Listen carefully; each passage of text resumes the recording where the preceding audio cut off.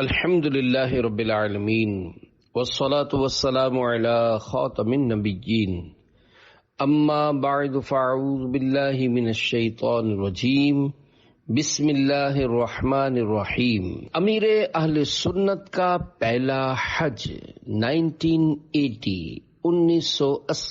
عاشق مدینہ امیر اہل سنت حضرت علامہ مولانا محمد الیاس عطار قادری رضوی آئی دامت برکاتہم العالیہ کو 1400 ہجری مطابق 1980 میں پہلا حج ادا کرنے کی سعادت ملی۔ امیر اہل سنت کے مکہ مکرمہ اور مدینہ منورہ میں حاضری کے منفرد انداز اور دیگر معمولات، عمرہ اور ارکان حج کی ادائیگی کی کیفیات کے بیان میں عاشقان رسول بالخصوص حرمین طیبین یعنی مکہ و مدینہ جانے والوں کے لیے تربیت اور ذوق و شوق میں اضافے کا سامان ہے۔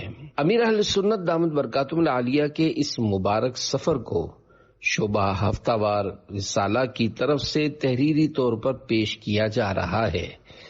اس کی پہلی قسط امیر اہل سنت کا پہلا سفر مدینہ، دوسری قسط امیر اہل سنت کے سفر مدینہ کے واقعات کے نام سے پیش کی جا چکی ہے۔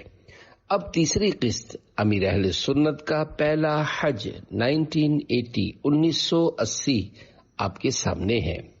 آج سے کم و بیش 44 سال پہلے 1980 میں آڈیو ویڈیو ریکارڈنگ یا لکھنے کا باقاعدہ سلسلہ نہ تھا کہ سفر حج کے تفصیلی حالات محفوظ کیے جا سکتے۔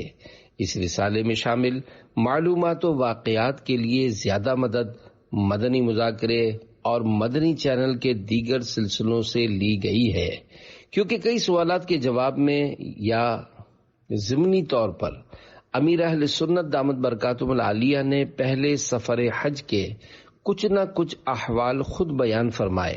اس کے علاوہ دیگر ذرائع سے بھی معلومات حاصل کی گئیں۔ یوں حتی المقدور یعنی طاقت کے مطابق کوشش کر کے درست معلومات پر مشتمل یہ رسالہ ضروری ترمیم و اضافے کے بعد تیار کیا گیا ہے۔ انشاء اللہ الکریم اس مبارک سفر کی چوتھی قسط امیر اہل سنت کے مدینہ پاک سے جدائی جلد پیش کرنے کی کوشش ہے۔ ہر ہفتے دعوت اسلامی کے سوشل میڈیا اور خصوصاً مدنی مذاکرے میں مدنی چینل پر جس رسالے کو پڑھنے کا اعلان کیا جاتا ہے اسے ضرور پڑھ یا سن لیا کیجیے۔ اللہ پاک ہم سب کو حج و عمرہ کی سعادت عطا فرمائے، آمین بجاہ خاتم النبیین صلی اللہ علیہ وآلہ وسلم۔ دعائے خلیفہ امیر اہل سنت۔ یا اللہ پاک، جو کوئی 17 صفحات کا رسالہ امیر اہل سنت کا پہلا حج پڑھ یا سن لے اسے بار بار حج و زیارت مدینہ سے نواز کر بلا حساب و کتاب جنت الفردوس میں اپنے پیارے پیارے آخری نبی صلی اللہ علیہ وآلہ وسلم کا پڑوس نصیب فرما، آمین بجاہ خاتم النبیین صلی اللہ علیہ وآلہ وسلم۔ درود پاک کی فضیلت۔ فرمان آخری نبی صلی اللہ علیہ وآلہ وسلم، فرض حج کرو، بے شک اس کا اجر 20 غزوات میں شرکت کرنے سے زیادہ ہے، اور مجھ پر ایک مرتبہ درود پاک پڑھنا اس کے برابر ہے۔ صلو علی الحبیب صلی اللہ علی محمد۔ مرشد کی اطاعت۔ اشہر حج یعنی حج کے مہینے کے بابرکت ایام آ پہنچے۔ حج و زیارت مدینہ کے شوق میں حجاج کرام کے قافلے حجاز مقدس یعنی عرب شریف کی طرف رواں دواں ہوئے۔ یہ پرکیف اور ذوق افزا ہوا چلتے ہی عاشق مدینہ امیر اہل سنت حضرت علامہ مولانا محمد الیاس عطار قادری رضوی آئی دامت برکاتہم العالیہ کے دل میں حج کا شوق بڑھنے لگا، لیکن مجبوری یہ تھی کہ آپ عمرے کے ویزے پر حرمین شریفین حاضر ہوئے تھے۔ آپ کی خوش نصیبی کے انتظامیہ کی طرف سے اعلان ہوا کہ حج کے اخراجات جمع کروانے والا حج کر سکتا ہے۔ ان دنوں حج کے اخراجات 425 425 یا 500 ریال تھے۔ بعض کہنے والوں نے کہا کوئی پوچھتا نہیں ہے، مکے چلتے ہیں، حج کر لیں گے، رقم دینے کی کیا ضرورت؟ مگر عاشق مدینہ نہایت حساس تھے۔ آپ نے اپنے پیر و مرشد سیدی قطب مدینہ مولانا ضیاء الدین احمد مدنی رحمت اللہ علیہ کی خدمت میں یہ بات عرض کی تو پیر و مرشد نے فرمایا قانونی حج کرو۔ مرید کامل نے پیر کامل کے فرمان پر لبیک کہتے ہوئے اپنا پاسپورٹ ایک دوست کے ذریعے ایجنٹ کو جمع کروا دیا۔ ایجنٹ نے پاسپورٹ حج ویزے کے لیے جدہ شریف بھجوا دیا۔ جب کئی دن گزر جانے کے بعد بھی پاسپورٹ واپس نہ آیا تو آپ کی بے قراری بڑھنے لگی، کیونکہ موسم حج شروع ہو چکا اور حجاج کرام کے قافلے جوق در جوق عرب شریف پہنچنے شروع ہو گئے تھے۔ گویا کچھ ایسی کیفیت تھی عرفات اور مزدلفہ اور مینا چلوں، حج کر لوں حق سے اذن دلا دیجئے حضور۔ اسی دوران امیر اہل سنت کو مدینہ پاک میں ایک مقام پر کراچی کے ایک عالم صاحب حضرت مولانا جمیل احمد نعیمی رحمت اللہ علیہ ملے۔ حضور سیدی قطب مدینہ رحمت اللہ علیہ نے انہیں اپنی خلافت سے بھی نوازا تھا۔ آپ نے عاشق مدینہ کی یہ پریشانی دیکھ کر فرمایا مجھے مدینے کی گلیوں میں ایک بزرگ نے اس وظیفے کی اجازت دی تھی، قلت حیلتی انت وسیلتی اغثنی یا رسول اللہ۔ اغثنی کی جگہ ادرکنی بھی پڑھا جا سکتا ہے۔ میں بھی مدینے کی گلیوں میں اس وظیفے کی آپ کو اجازت دیتا ہوں، مراد پوری ہونے کے لیے یہ وظیفہ بہت اچھا ہے۔ عاشق مدینہ نے چند ہی بار یہ وظیفہ پڑھا تھا کہ پاسپورٹ پر ویزا لگ کر آ گیا۔ الحمدللہ یوں امیر اہل سنت کے پہلے حج کے اسباب مکمل ہوئے۔ مل گئی کیسی سعادت مل گئی، مجھ کو اب حج کی اجازت مل گئی۔ صلو علی الحبیب صلی اللہ علی محمد۔ سادات کرام کے ساتھ حج کے لیے روانگی۔ مدینہ پاک میں قیام کے دوران آپ کی کئی عاشقان رسول سے ملاقات رہی اور آپ کی ملنساری اور خوش اخلاقی کی وجہ سے بعض حضرات سے دوستی بھی ہو گئی۔ اسی حلقہ احباب میں سے چند سادات کرام آپ سے بڑی محبت کرتے تھے۔ ان کا بھی عزم حج یعنی حج کا ارادہ بنا تو آپ کو اپنے ساتھ چلنے کی آفر کی۔ عاشق مدینہ نے حامی بھر لی۔ اللہ پاک کے فضل و کرم سے یوں چند افراد پر مشتمل یہ مختصر سا قافلہ احرام باندھ کر حج قران، یہ حج کی سب سے اعلیٰ قسم ہے، کی نیت کر کے مدینہ پاک سے مکہ مکرمہ کی جانب روانہ ہوا۔ اللہ پاک کی بارگاہ میں امیر اہل سنت وسائل بخشش میں عرض کرتے ہیں جس جگہ آٹھوں پہر انوار کی ہیں بارشیں، ایسی نورانی فضاؤں میں بلایا شکریہ۔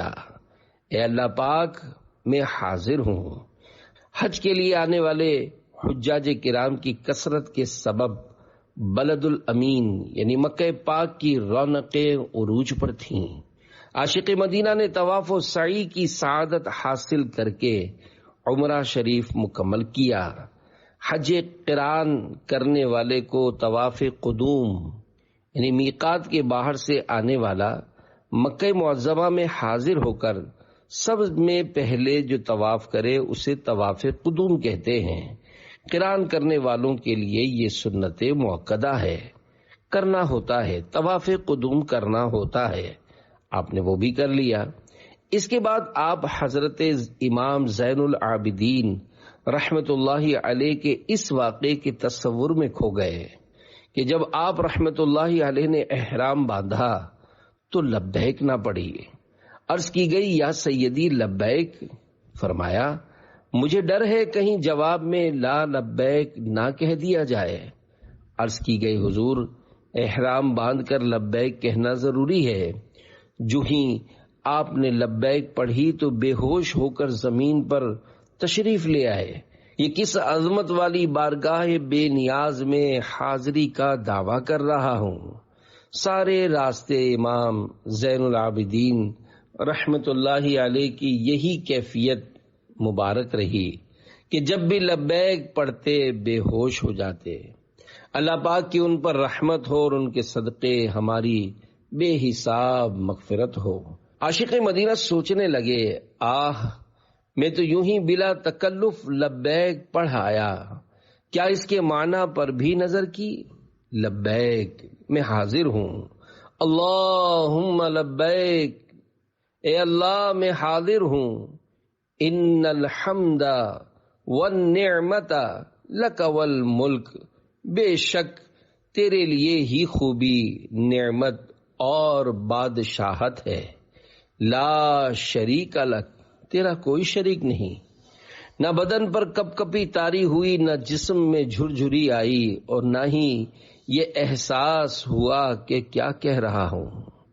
جو ہیبت سے رکے مجرم تو رحمت نے کہا بڑھ کر، چلے آؤ یہ گھر رحمان کا گھر ہے۔ زندگی میں پہلی بار حجر اسود کا بوسہ۔ عاشق مدینہ امیر اہل سنت نے اسی حج 1980 میں پہلی بار حجر اسود کو بوسہ دیا، یعنی چوما، اور مقام ابراہیم پر موجود اس مبارک پتھر کی بھی زیارت کی جس پر کھڑے ہو کر حضرت ابراہیم خلیل اللہ علیہ السلام نے کعبہ شریف کی تعمیر کی تھی۔ پیدل حج۔ اس سفر کے وقت عاشق مدینہ کی عمر تقریباً 30 سال تھی۔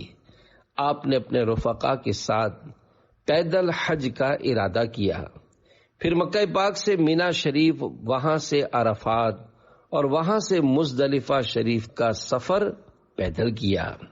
فرمان مصطفیٰ صلی اللہ علیہ وآلہ وسلم جو مکے سے پیدل حج کو جائے یہاں تک کہ مکے واپس آئے، اس کے لیے ہر قدم پر 700 نیکیاں حرم شریف کی نیکیوں کی مثل لکھی جائیں گی۔ عرض کیا گیا، حرم کی نیکیوں کی کیا مقدار ہے؟ فرمایا، ہر نیکی 1,00,000 نیکی ہے۔ حضرت مفتی محمد امجد علی اعظمی رحمت اللہ علیہ یہ حدیث پاک لکھنے کے بعد ارشاد فرماتے ہیں، اس حساب سے ہر قدم پر 7 کروڑ نیکیاں ہوئیں۔ واللہ ذو الفضل العظیم، یعنی اور اللہ پاک بڑے فضل والا ہے۔ حجت الاسلام امام محمد بن محمد غزالی رحمت اللہ علیہ فرماتے ہیں، اگر ہو سکے تو پیدل حج کرے کہ افضل ہے۔ صلو علی الحبیب صلی اللہ علی محمد۔ عاشق مدینہ کی رفیق سفر کتاب۔ عاشق مدینہ کے سفر حج کی بھی کیا خوب بات ہے۔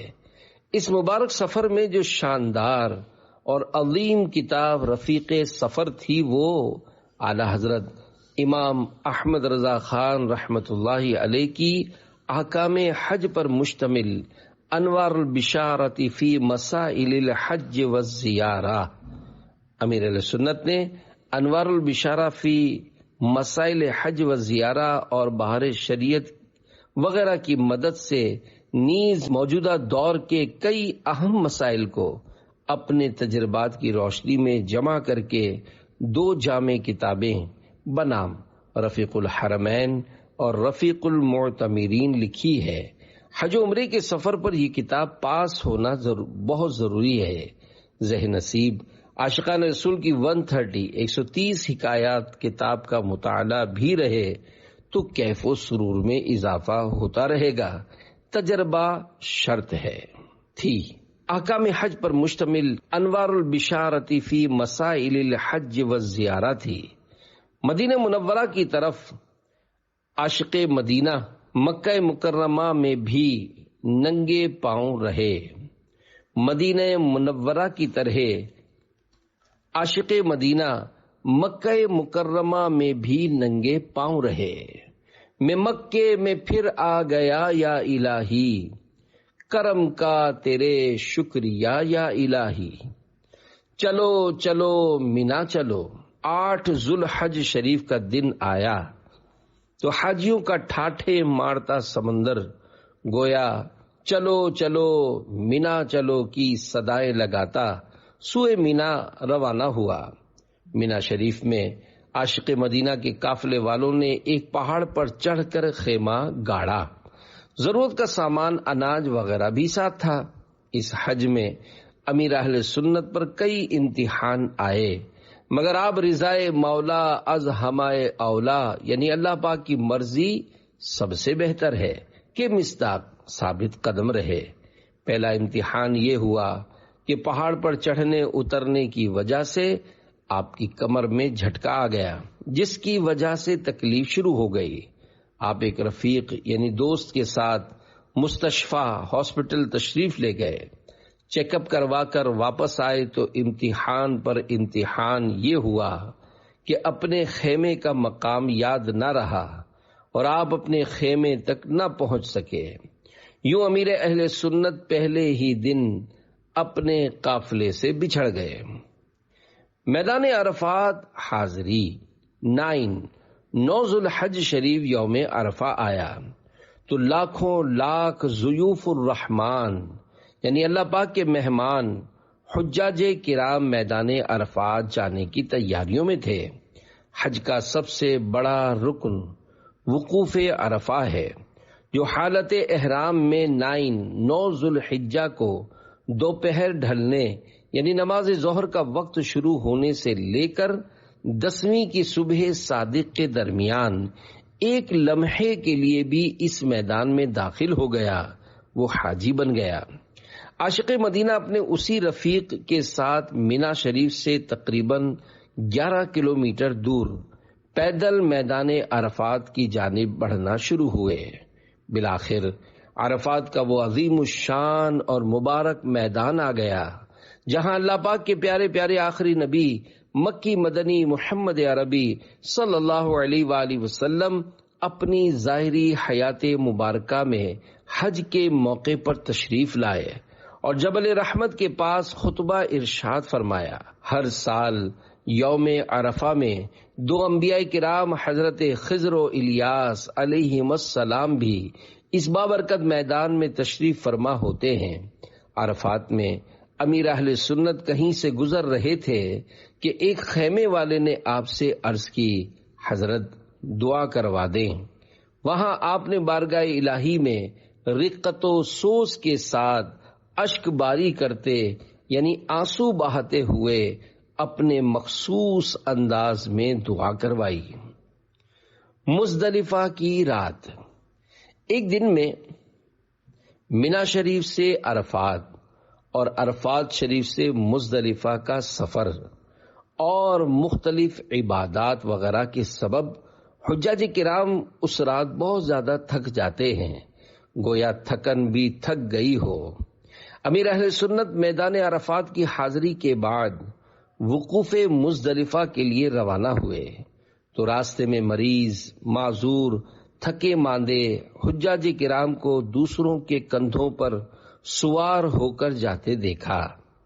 سارے رستے پیدل چل چل کر آپ کے پاؤں میں ورم آ گیا۔ حجاج کرام سے بھری گاڑیاں اس طرح دوڑی جا رہی تھیں کہ روکے نہ رکتی۔ آپ تھکن سے نڈھال تھے کہ اللہ پاک کی رحمت اور غیبی مدد ہوئی کہ آپ کے پاس ایک کار آ کر رکی۔ اس میں اردو بولنے والے چند افراد تھے۔ انہوں نے آفر کی، ہم مزدلفہ جا رہے ہیں، آپ بیٹھ جائیں، ہم آپ کو وہیں چھوڑ دیں گے۔ آپ نے گویا دل ہی دل میں اس نعمت الہی کا شکر ادا کیا اور گاڑی میں بیٹھ گئے۔ اللہ پاک کے ان نیک بندوں نے آپ کو مزدلفہ شریف میں پہنچا دیا۔ طواف و سعی گرچہ تم کو تھکا دیں، کیے جانا صبر اجر اس میں بڑا ہے۔ مینا اور عرفات میں بھیڑ ہوگی، کیے جانا صبر اجر اس میں بڑا ہے۔ شب قدر سے بھی افضل۔ بعض علماء کرام کے نزدیک مزدلفہ کی رات حاجی کے لیے شب قدر سے بھی افضل ہے۔ مزدلفہ کے میدان سے شیطان کو مارنے کے لیے کنکریاں لینا بہتر ہے۔ امیر اہل سنت رات گزار کر وقوف مزدلفہ کے بعد رمی جمرات یعنی شیطان کو کنکریاں مارنے کے لیے منا تشریف لے گئے۔ ایک شخص کی جان بچائی۔ وقوف مزدلفہ کے بعد حجاج کرام کے ریلے رمی جمرات کے لیے روانہ ہو رہے تھے۔ ان دنوں حج کے دوران شیطان کو کنکریاں مارنے والے مقام پر بہت زیادہ رش وغیرہ کے سبب حادثات ہو جاتے تھے۔ کئی حجاج کچلے جانے کے سبب فوت ہو جاتے۔ اس سال بھی ایسا ہی کچھ ہوا۔ ایک مقام پر لاشوں کے ڈھیر دیکھ کر آپ کو بڑی حیرانی ہوئی۔ پھر پتہ چلا کہ یہ ایک ڈھیر نہیں بلکہ مختلف جگہوں پر اس طرح لاشیں اکٹھی کی جاتی ہیں۔ آپ آگے بڑھتے رہے۔ اچانک آپ کی نظر ایک شخص پر پڑی جو ہجوم میں گر گیا۔ قریب تھا کہ وہ کچلا جاتا، امیر اہل سنت سے رہا نہ گیا۔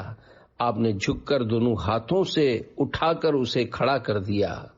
اگرچہ ایسے رش کے مواقع پر زمین پر جھکنے یا زمین سے چیز اٹھانے میں سخت اندیشہ ہوتا ہے کہ پیچھے آنے والا ریلا گرا دے اور پھر اوپر چڑھتا کچلتا گزر جائے، لیکن آپ سے آنکھوں کے سامنے کسی مسلمان کے گرنے دبنے کا منظر دیکھا نہ گیا۔ آپ کے دوست نے آپ سے کہا، الیاس یہ کیا کیا؟ تو آپ نے مسکراتے ہوئے فرمایا، اس کے دل سے پوچھو، گویا جس کی جان بچ گئی اس سے پوچھو کہ وہ کس قدر خوش ہوگا۔ جمرات پر کنکریاں مارتے وقت یہ تصور کیجئے، پہلے دن چونکہ بڑے شیطان کو کنکریاں ماری جاتی ہیں، امیر علیہ سنت نے بھی کنکریاں ماری۔ آپ فرماتے ہیں شیطان کو کنکریاں مارتے وقت یہ تصور کرنا چاہیے کہ جو شیطان یعنی ہمزاد مجھ پر مسلط ہے میں اسے مار رہا ہوں۔ حج کی قربانی۔ پھر آپ اپنے رفیق کے ساتھ جانور خرید کر قربانی کے لیے قربان گاہ تشریف لے گئے۔ وہاں لوگ قربانی کے لیے چھریاں بیچ رہے تھے۔ آپ نے ایک چھری خرید کر اپنا اور رفیق کا جانور اپنے ہاتھوں سے ذبح کیا۔ دیکھا دیکھی دیگر حاجی صاحبان بھی آنے لگے کہ ہمارا جانور ذبح کر دیجئے۔ آپ نے خیر خواہی اور ہمدردی کرتے ہوئے بلا معاوضہ فری آف چارج 8 جانور ذبح کیے۔ ایک بار پھر غیبی مدد۔ قربانی سے فارغ ہوئے تو احرام پر خون کی کچھ چھینٹیں تھیں۔ اس موقع پر آپ کا یہ دوست بھی بچھڑ گیا اور آپ اکیلے رہ گئے۔ دوپہر کا وقت ہو چکا تھا۔ امیر اہل سنت کو نماز ظہر ادا کرنی تھی اور بدن پر موجود خون آلود احرام کے علاوہ کوئی لباس نہیں تھا جسے پہن کر نماز ادا کی جا سکے۔ بھوک اور پیاس کے عالم میں اکیلے چلتے چلتے امیر اہل سنت وادی منا کے راستوں میں انتظامیہ کی طرف سے ڈیوٹی پر مقرر عربی لوگوں سے پوچھتے رہے۔ فین سوق العرب، عربی میں عین کا معنی ہے کہاں۔ عرب شریف وغیرہ میں عوام عین کو فین بولتی ہے، اس لیے آپ نے یہ فرمایا، یعنی سوق العرب ایک مقام کا نام ہے، کہاں ہے؟ کوئی فوق یعنی اوپر کی طرف کہتا، کوئی تحت یعنی نیچے جانے کا بتاتا۔ بعد میں پتا چلا کہ یہ حضرات عرب شریف کے اطراف گاؤں وغیرہ سے خاص طور پر ایام حج میں ڈیوٹی کرنے آتے ہیں۔ ہو سکتا ہے انہیں بھی اتنا زیادہ راستوں کا علم نہ ہوتا ہو۔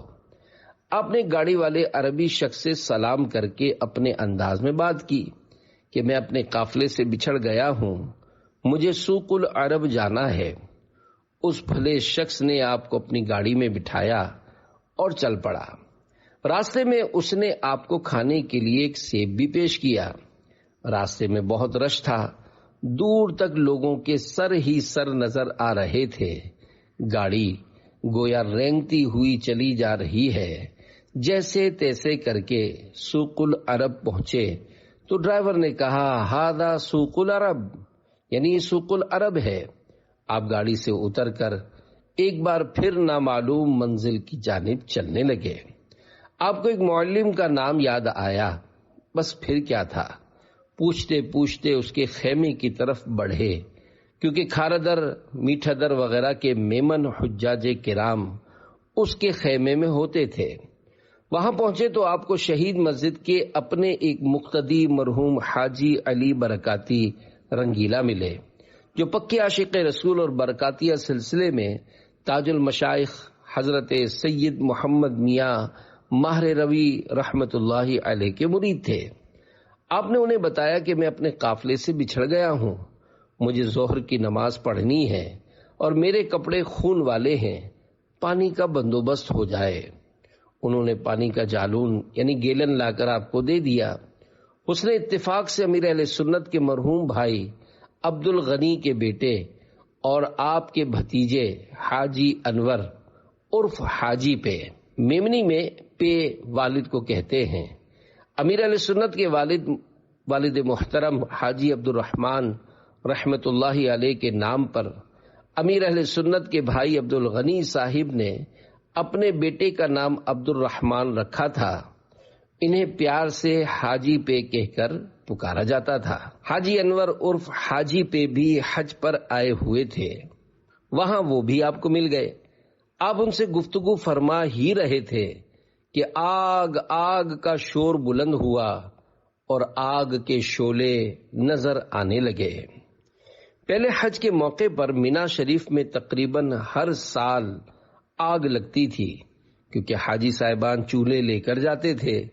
پھر وہاں انتظامیہ نے چولہے لے جانے پر پابندی لگا دی، تو بعض لوگ چھپا کر لے جاتے تھے۔ اگر پولیس والے دیکھ لیتے تو چولہا توڑ دیا کرتے تھے۔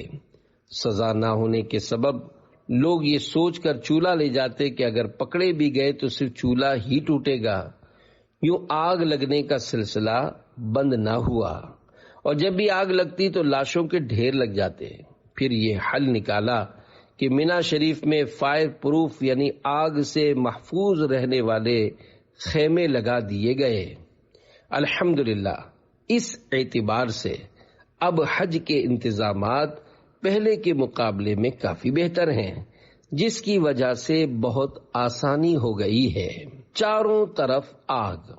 آپ کے وہ دوست جنہوں نے پانی کی بوتل لا کر دی تھی فوراً اپنے سامان کی طرف یہ کہتے ہوئے دوڑے کہ میں اپنے پیسوں کا بیلٹ لے لوں۔ امیر اہل سنت نے فرمایا میری دولت تو یہ پانی کی بوتل ہے اور مجھے نماز ظہر پڑھنی ہے۔ اس افراتفری کے ماحول میں بھی آپ گھبرائے نہیں۔ جب خیمے سے باہر آئے تو دیکھا کہ آگ کے شعلے آسمان سے باتیں کر رہے ہیں اور عوام بدحواسی کے عالم میں دوڑ رہی تھی۔ کچھ ہی دیر میں ہیلی کاپٹرز آ گئے جن سے آگ پر قابو پانے کے لیے پانی پھینکا جا رہا تھا۔ امیر اہل سنت نے اپنے طور پر عوام کو دوڑنے اور بھگدڑ وغیرہ سے بچنے کی احتیاطیں بتانے کی کوشش کی کہ آگ بہت دور ہے، تمہارے پیچھے نہیں دوڑ رہی، مگر اس ہجوم میں کون سنے کون رکے۔ خدا نہ خواستہ جب کبھی بھگدڑ وغیرہ کی آزمائش میں پھنس جائیں تو لوگوں کی دیکھا دیکھی بھاگنے کے بجائے اپنے آپ کو کسی دیوار یا ستون وغیرہ کی آڑ میں لے لیں تاکہ اندھا دھند بھاگنے والا ریلا گزر جائے، ورنہ آپ ان کی سپیڈ سے بھاگ نہ سکنے یا کسی بھی وجہ سے گر کر ان کے قدموں تلے کچلے جا سکتے ہیں۔ نماز کی فکر۔ لوگ جان بچانے کی کوششوں میں مختلف سمت دوڑ رہے تھے، جبکہ امیر اہل سنت اس سخت آزمائش کی حالت میں بھی نماز کی ادائیگی کی فکر میں مصروف تھے۔ آپ نے خیمے والے سے فرمایا قربانی کے خون کے سبب میرا احرام ناپاک ہو گیا ہے، تھوڑی جگہ دے دیجئے تاکہ میں پانی سے بدن وغیرہ پاک کر کے نماز ادا کر لوں۔ یہ سن کر ایک بے باک شخص بولا مولانا ہمارے بھی کپڑوں پر خون لگا ہوا ہے، ہم نے بھی ایسی ہی نماز پڑھی ہے، دل تو پاک ہے۔ معاذ اللہ۔ پیارے پیارے اسلامی بھائیوں، یہ بہت سخت جملہ ہے۔ اس جملے میں کفریہ پہلو نکلتا ہے، کیونکہ نماز کے لیے طہارت شرط ہے اور ذبح کے وقت نکلنے والا خون ناپاک ہوتا ہے۔ اس بدنصیب نے گویا نماز کی شرط کا انکار کر دیا کہ دل تو پاک ہے نا۔ ایسے شخص کے لیے ضروری ہے کہ وہ اس بات سے توبہ کر کے کلمہ پڑھے اور نئے سرے سے نکاح بھی کرے۔ بہرحال امیر اہل سنت وہاں سے باہر واش رومز کی طرف آ گئے۔ بس آپ کو ایک ہی فکر تھی کہ میری نماز نہ نکل جائے۔ یہاں دوبارہ مرحوم حاجی علی برکاتی رنگیلا مل گئے۔ آپ نے انہیں فرمایا، آپ تو نماز پڑھ چکے ہیں، مجھے اپنا احرام دے دیں اور میرا احرام آپ پہن لیں۔ آپ نے پانی کی 2 بوتلوں سے بدن پر لگے خون کو صاف کیا، مزید پانی کی 2 بوتلیں خرید کر وضو کر کے الحمدللہ وقت کے اندر ہی نماز ظہر ادا فرما لی۔ ہر عبادت سے برتر عبادت نماز، ساری دولت سے بڑھ کر ہے دولت نماز۔ صلو علی الحبیب صلی اللہ علی محمد۔ حلق اور طواف زیارت۔ حلق شریف کے بعد مکہ پاک حاضر ہو کر حج کے دوسرے اہم ترین رکن طواف زیارت کی سعادت پائی اور یوں ارکان حج مکمل ہوئے، مگر ابھی 11ویں اور 12ویں کی رمی باقی تھی۔ اب دوبارہ مینا شریف میں آ گئے۔ مینا شریف میں جس مقام پر آگ لگی تھی وہیں آپ کے بچھڑے دوست مل گئے۔ خیمے کی سہولت نہیں تھی۔ امیر اہل سنت ان دنوں کراچی کے علاقے کھارادر کی نور مسجد میں امامت فرماتے تھے۔ راستے میں نور مسجد کے قریب رہنے والے ایک حاجی صاحب مل گئے۔ انہوں نے آپ کو اپنے پاس رکنے کی آفر کی جو آپ نے قبول کر لی۔ آپ اپنے جاننے والے کو فجر کی نماز کے لیے جگانے کی تاکید کر کے آرام فرمانے کے لیے لیٹ گئے، لیکن کئی دنوں کی تھکن کے باوجود فجر کے وقت کسی کے اٹھائے بغیر ہی آپ کی آنکھ کھل گئی اور آپ نے نماز فجر ادا کر لی۔ ان دنوں پانی کی سخت قلت یعنی کمی ہوتی تھی، وضو خانوں پر کافی رش ہوتا، کئی بار پانی خرید کر گزارا کرنا پڑتا۔ دوسری رات آپ کو نماز فجر کی ادائیگی کے لیے پانی کی کمی کے اندیشے اور فجر میں تھکن کی وجہ سے آنکھ نہ کھلنے کی تشویش کے سبب نیند نہیں آ رہی تھی۔ آپ نے ایک بوتل میں پانی بھرا اور وہ بوتل ایک ستون یعنی پلر کے پیچھے چھپا دی اور خود ستون سے ٹیک لگا کر بیٹھ گئے۔ بیٹھے بیٹھے نیند آ گئی۔ نماز فجر کے وقت آنکھ کھلی تو نیند کی حالت میں پانی کی بوتل کی جانب ہاتھ بڑھایا تو یہ کیا؟ پانی کی بوتل غائب تھی۔ پھر کسی طرح پانی حاصل کر کے نماز فجر ادا کی۔ امیر اہل سنت اور نماز۔ پیارے پیارے اسلامی بھائیوں، امیر اہل سنت فرائض و واجبات کے ساتھ ساتھ سنن و مستحبات کے بھی بڑے پابند ہیں۔ بھلا یہ کیسے ممکن ہے کہ آپ کی فرض نماز چھوٹ جائے؟ آپ نماز کے معاملے میں بے حد حساس ہیں۔ آپ فرماتے ہیں، مجھے یاد نہیں پڑتا کہ میری زندگی میں کبھی کوئی نماز قضا ہوئی ہو، بلکہ آپ بیرون ملک سفر کے لیے بھی ایسی فلائٹ کا انتخاب فرماتے ہیں جس کے دوران نماز نہ آئے، کیونکہ جہاز وغیرہ میں وضو کر کے نماز ادا کرنا آسان کام نہیں۔ چند سالوں قبل آپ کا آپریشن ہوا تو اس میں بھی آپ نے ڈاکٹر سے عشاء کی نماز کے بعد کا وقت لینا پسند فرمایا تاکہ آپریشن اور بے ہوشی وغیرہ کے بعد نماز فجر وقت میں ادا کی جا سکے۔ امیر اہل سنت اپنی نعتیہ کتاب وسائل فردوس میں نماز کے بارے میں لکھتے ہیں، پیارے آقا کی آنکھوں کی ٹھنڈک ہے یہ، قلب شاہ مدینہ کی راحت نماز۔ بھائیو گر خدا کی رضا چاہیے، آپ پڑھتے رہیں با جماعت نماز۔ جو مسلمان 5 نمازیں پڑھیں، لے چلے گی انہیں سوئے جنت نماز۔ ہوگی دنیا خراب آخرت بھی خراب، بھائیو تم کبھی چھوڑنا مت نماز۔ یا خدا تجھ سے عطار کی ہے دعا، مصطفیٰ کی پڑھے پیاری امت نماز۔ صلو علی الحبیب صلی اللہ علی محمد۔ اے عاشقان امیر اہل سنت، ہمیں بھی چاہیے کہ فرض نماز کی ادائیگی میں کسی قسم کی کوتاہی نہ کریں، بلکہ 5 نمازیں با جماعت پہلی صف میں ادا کریں۔ عاشق مدینہ کا اسی سفر حج سے واپسی پر نماز کی پابندی کے حوالے سے ایک اور واقعہ سنیے، جس میں آپ نے نہ صرف اپنی نماز کی حفاظت کی بلکہ اپنے ساتھ کئی حجاج کرام کو بھی گاڑی سے اتر کر نماز فجر پڑھنے کی ترغیب دلائی۔ واقعہ سنیے۔ اور 72 نیک اعمال کے رسالے میں نیک عمل نمبر 3، کیا آج آپ نے گھر، بازار، مارکیٹ وغیرہ جہاں بھی تھے وہاں نمازوں کے اوقات میں نماز پڑھنے سے قبل نماز کی دعوت دی پر عمل کرنے کی نیت فرما لیجئے۔ مکہ پاک سے دوبارہ مدینہ شریف واپسی۔ حاجیو آؤ شہنشاہ کا روضہ دیکھو، کعبہ تو دیکھ چکے کعبے کا کعبہ دیکھو۔ سیدی اعلیٰ حضرت امام احمد رضا خان رحمت اللہ علیہ کے اس مبارک شعر کا گویا حقیقی فیضان حج کی قبولیت پانے اور کعبے کے دیدار کے لیے عاشق مدینہ مناسک حج ادا کر کے ایک بار پھر سوئے مدینہ روانہ ہوئے تو آپ کئی حجاج کرام کے ساتھ مدینہ پاک جانے والے ایک ٹرک میں سوار ہو گئے۔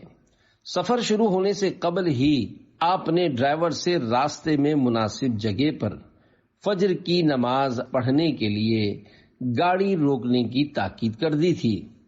رات کا وقت تھا، سفر شروع ہوا تو بیٹھے بیٹھے آنکھ لگ گئی۔ دیر بعد آنکھ کھلی تو ٹرک صحرائے عرب میں مدینہ پاک کی جانب بڑھ رہا تھا۔ امیر اہل سنت کو آسمان پر کچھ سفیدی سی نظر آئی تو لگا کہ فجر کا وقت ہو گیا ہے۔ آپ نے صلاۃ صلاۃ صلاۃ یعنی نماز نماز کی صدائیں بلند کرنا شروع کی اور ساتھ ہی زور زور سے ٹرک کی سائڈ پر ہاتھ مارا۔ ڈرائیور نے ٹرک روکا، سب لوگ اترے۔ وہ واقعی صحرائے عرب تھا، ہر طرف خاموشی، دور دور تک پانی کا نام و نشان نہ تھا۔ آپ کے پاس آب زمزم شریف کی بوتل تھی۔ ماشاء اللہ الکریم، اس وقت بھی آپ کی شرعی مسائل وغیرہ کے حوالے سے کیسی معلومات تھیں کہ آپ نے حاجیوں سے فرمایا میرے پاس آب زمزم ہے اس لیے میں تیمم نہیں کر سکتا۔ فتاوی رضویہ میں ہے ہمارے ائمہ کرام کے نزدیک زمزم شریف سے وضو و غسل بلا کراہت جائز ہے۔ ہاں، جو پانی پر قدرت نہیں رکھتا وہ تیمم کر لے۔ اللہ پاک اور اس کے آخری نبی صلی اللہ علیہ وآلہ وسلم کے فضل و کرم سے فجر کی نماز ادا کرنے کے بعد ایک بار پھر آپ کا سفر مدینہ شروع ہو گیا اور الحمدللہ بارگاہ رسالت صلی اللہ علیہ وآلہ وسلم میں اب آپ حاجی بن کر حاضر ہوئے۔